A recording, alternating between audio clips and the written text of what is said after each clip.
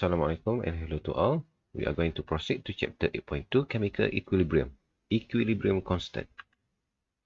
Okay, at the end of the lesson, you should be able to define what is homogeneous and heterogeneous equilibria, reduce and write expression for equilibrium constant in terms of concentration, Kc, Kp, this is Kp actually, Kp for pressure, and this one only limited to single step reversible reaction only.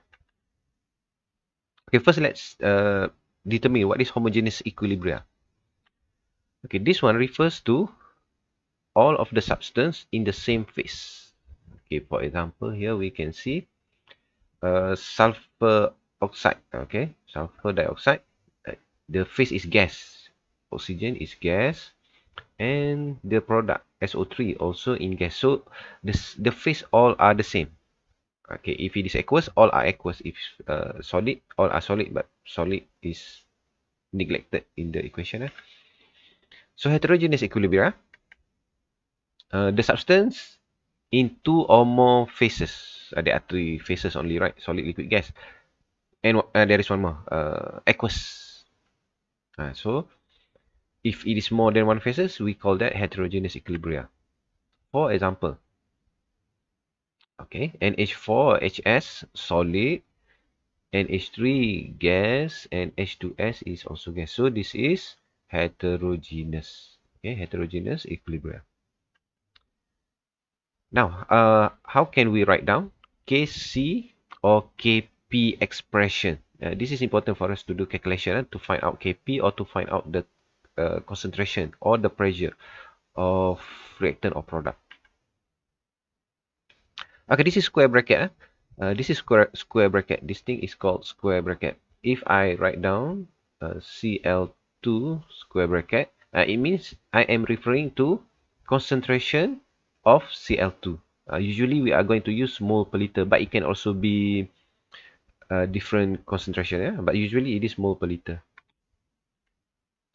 Next one, P. P refers to pressure. And usually it is ATM. The unit is ATM. But it can also be Pascal, PA.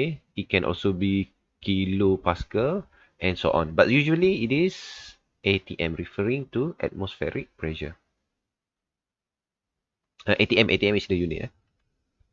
Okay, so let's write the expression for this example. So example 1.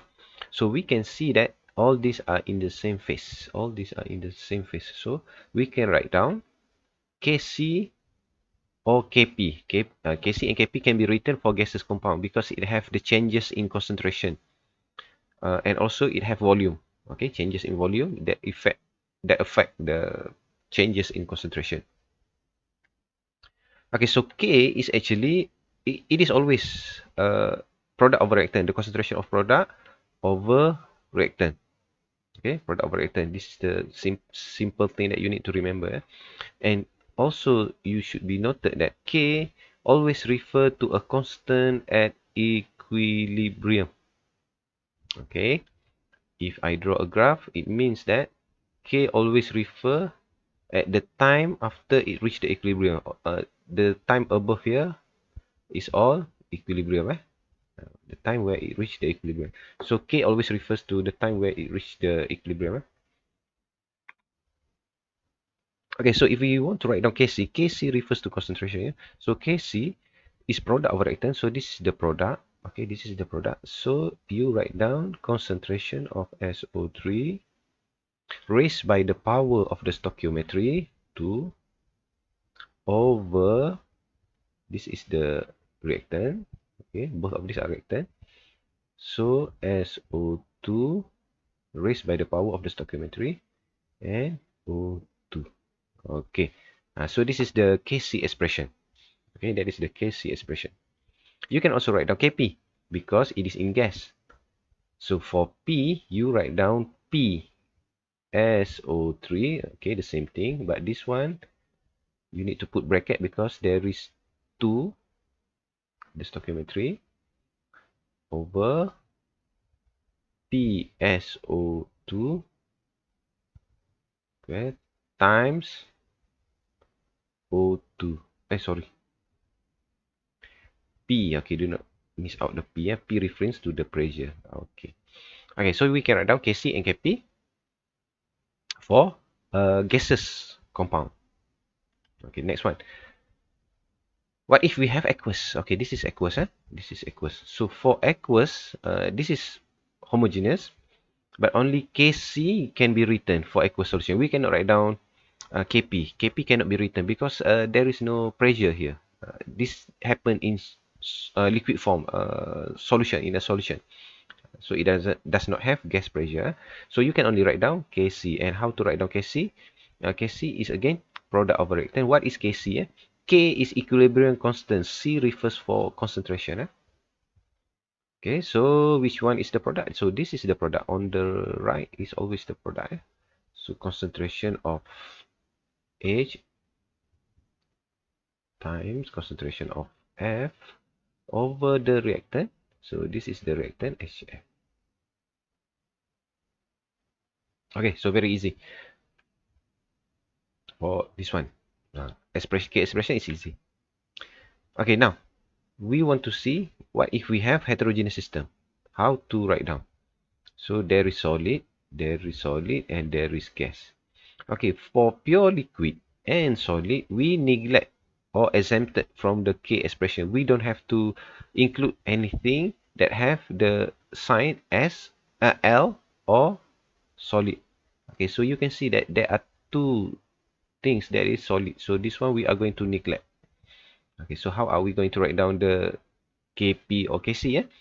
So this one is in gas. So this one is in gas. So when it is gas, you can write down Kc or Kp. Or you can write down both. So we can write down Kc. Okay, let's write Kc. So Kc equals to PCO2. This one neglected, so no need to write down. And CaCO3 also neglected. So that is the only thing that you can write down. And for K, oh sorry, this one is Kc. Okay, this one is Kc. Kc is like this. Okay, CO. And for Kp, you write down pressure CO2. Okay, only one thing that we write down, because this is the only thing that that I need to be expressed in this expression, because everything else is solid.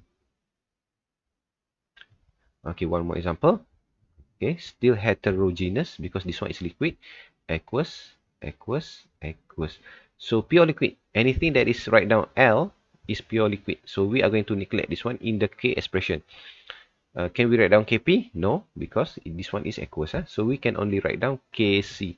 So Kc equals to product of reactant. Always remember, product of reactant. So concentration of OH minus times concentration of HCO3 over concentration of CO3 2 minus only.